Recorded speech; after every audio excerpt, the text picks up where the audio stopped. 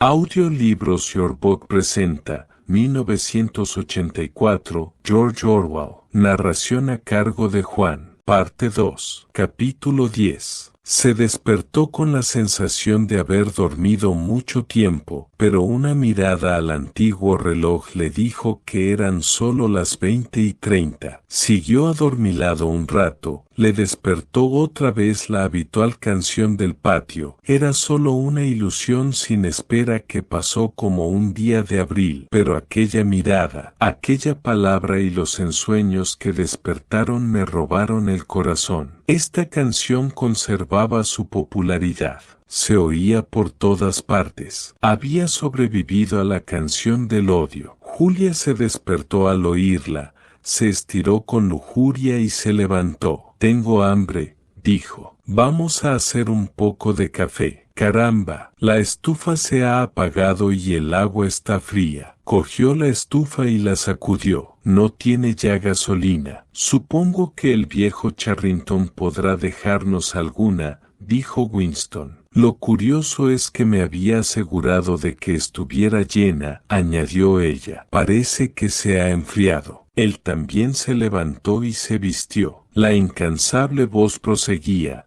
«Dicen que el tiempo lo cura todo, dicen que siempre se olvida, pero las sonrisas y lágrimas a lo largo de los años me retuercen el corazón mientras se apretaba el cinturón del mono». Winston se asomó a la ventana. El sol debía de haberse ocultado detrás de las casas porque ya no daba en el patio. El cielo estaba tan azul entre las chimeneas que parecía recién lavado. Incansablemente, la lavandera seguía yendo del lavadero a las cuerdas, cantando y callándose y no dejaba de colgar pañales. Se preguntó Winston si aquella mujer lavaría ropa como medio de vida o si era la esclava de 20 o 30 nietos. Julia se acercó a él.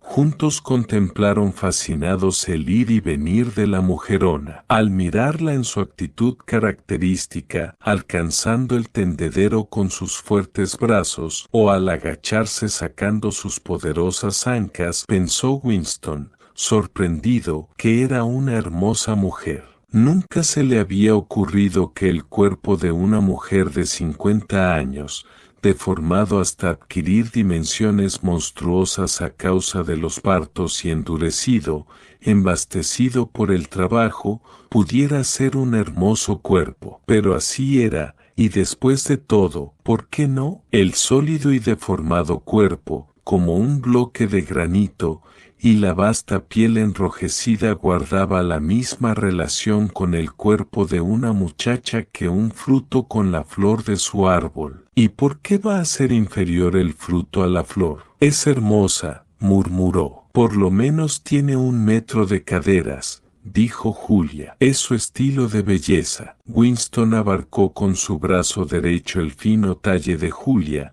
que se apoyó sobre su costado. Nunca podrían permitírselo. La mujer de abajo no se preocupaba con sutilezas mentales. Tenía fuertes brazos, un corazón cálido y un vientre fértil. Se preguntó Winston cuántos hijos habría tenido. Seguramente unos 15. Habría florecido momentáneamente, quizá durante 1 año, y luego se había hinchado como una fruta fertilizada y se había hecho dura y vasta, y a partir de entonces su vida se había reducido a lavar, fregar, remendar, guisar, barrer, sacar brillo, primero para sus hijos y luego para sus nietos durante una continuidad de 30 años. Y al final todavía cantaba. La reverencia mística que Winston sentía hacia ella tenía cierta relación con el aspecto del pálido y limpio cielo que se extendía por entre las chimeneas y los tejados en una distancia infinita. Era curioso pensar que el cielo era el mismo para todo el mundo,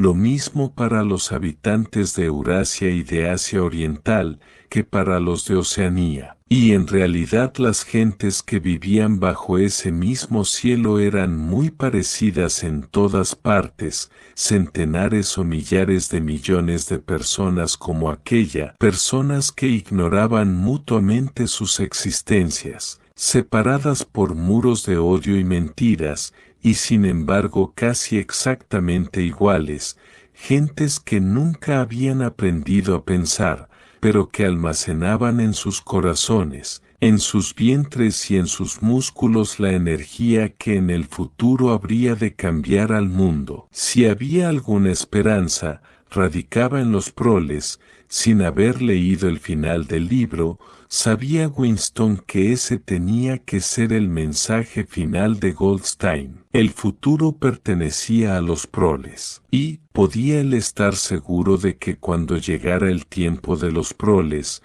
el mundo que éstos construyeran no le resultaría tan extraño a él, a Winston Smith, como le era ahora el mundo del partido. Sí, porque por lo menos sería un mundo de cordura. Donde hay igualdad puede haber sensatez. Antes o después ocurriría esto, la fuerza almacenada se transmutaría en conciencia. Los proles eran inmortales, no cabía dudarlo cuando se miraba aquella heroica figura del patio. Al final se despertarían, y hasta que ello ocurriera, aunque tardasen 1000 años, sobrevivirían a pesar de todos los obstáculos como los pájaros, pasándose de cuerpo a cuerpo la vitalidad que el partido no poseía y que éste nunca podría aniquilar. ¿Te acuerdas?, le dijo a Julia, de aquel pájaro que cantó para nosotros, el primer día en que estuvimos juntos en el lindero del bosque. No cantaba para nosotros, respondió ella. Cantaba para distraerse, porque le gustaba. Tampoco, sencillamente, estaba cantando. Los pájaros cantaban, los proles cantaban también, pero el partido no cantaba. Por todo el mundo,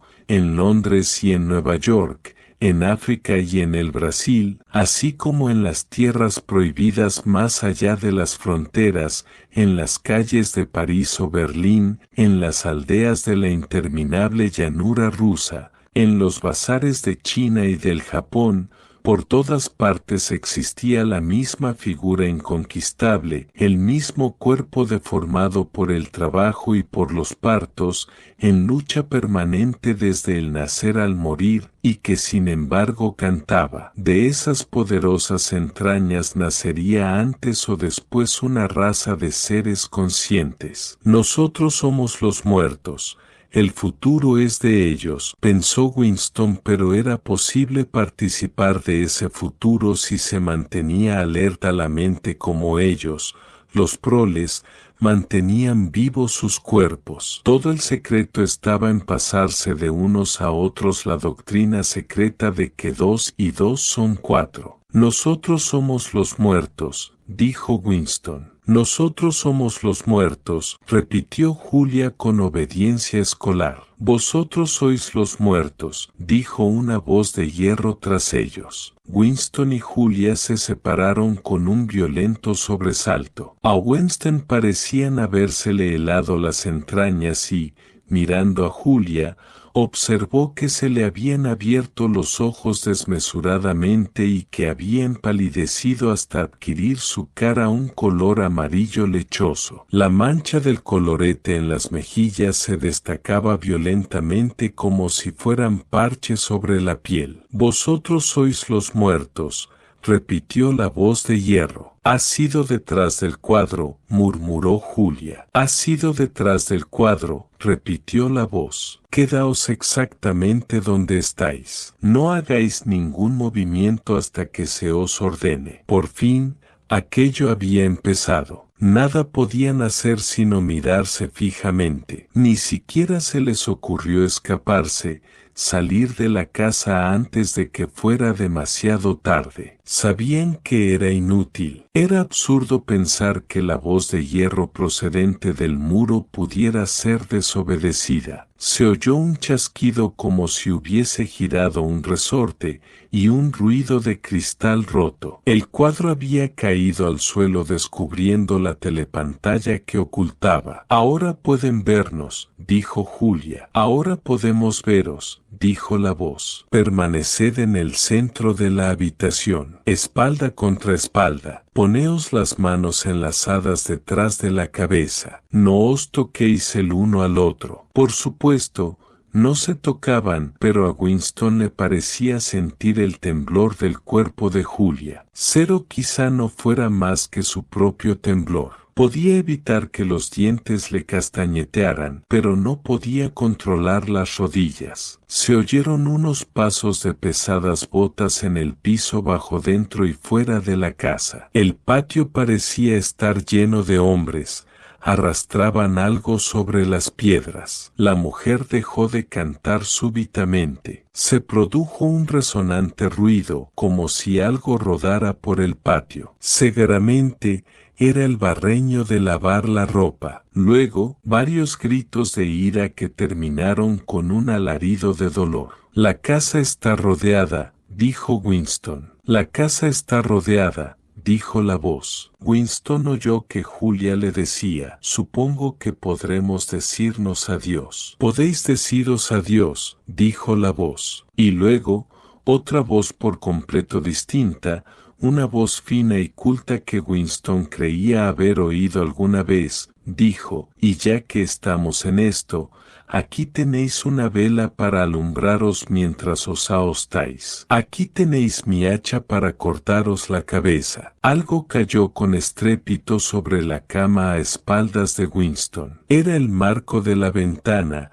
que había sido derribado por la escalera de mano que habían apoyado allí desde abajo. Por la escalera de la casa subía gente. Pronto se llenó la habitación de hombres corpulentos con uniformes negros, botas fuertes y altas porras en las manos. Ya Winston no temblaba, ni siquiera movía los ojos. Solo le importaba una cosa, estarse inmóvil y no darles motivo para que le golpearan. Un individuo con aspecto de campeón de lucha libre, cuya boca era solo una raya, se detuvo frente a él, balanceando la porra entre los dedos pulgar e índice mientras parecía meditar. Winston lo miró a los ojos. Era casi intolerable la sensación de hallarse desnudo, con las manos detrás de la cabeza. El hombre sacó un poco la lengua, una lengua blanquecina, y se lamió el sitio donde debía haber tenido los labios. Dejó de prestarle atención a Winston. Hubo otro ruido violento. Alguien había cogido el pisapapeles de cristal y lo había arrojado contra el hogar de la chimenea,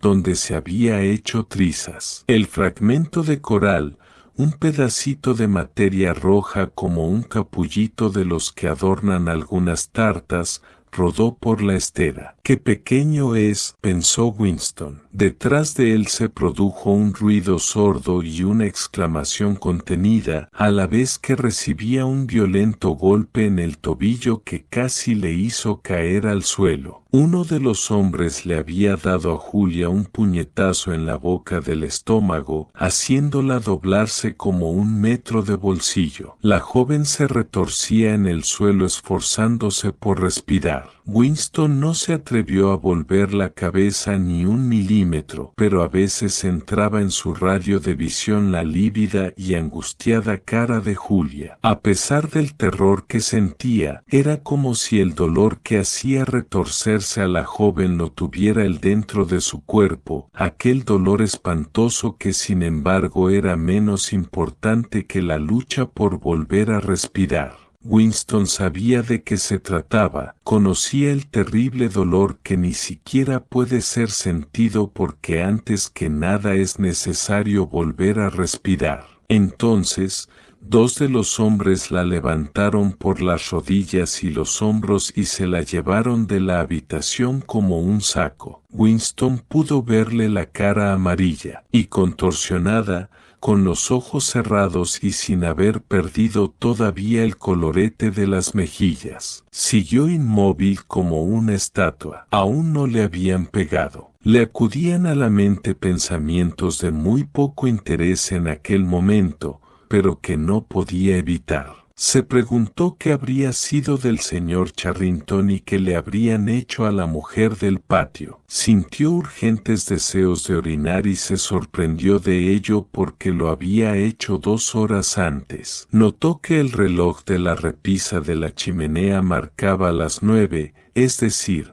las 21, pero por la luz parecía ser más temprano. ¿No debía estar oscureciendo a las 21 de una tarde de agosto? Pensó que quizás Julia y él se hubieran equivocado de hora. Quizás habían creído que eran las 20:30 cuando fueran en realidad las 0:30 de la mañana siguiente, pero no siguió pensando en ello. Aquello no tenía interés. Se sintieron otros pasos, más leves estos, en el pasillo. El señor Charrington entró en la habitación.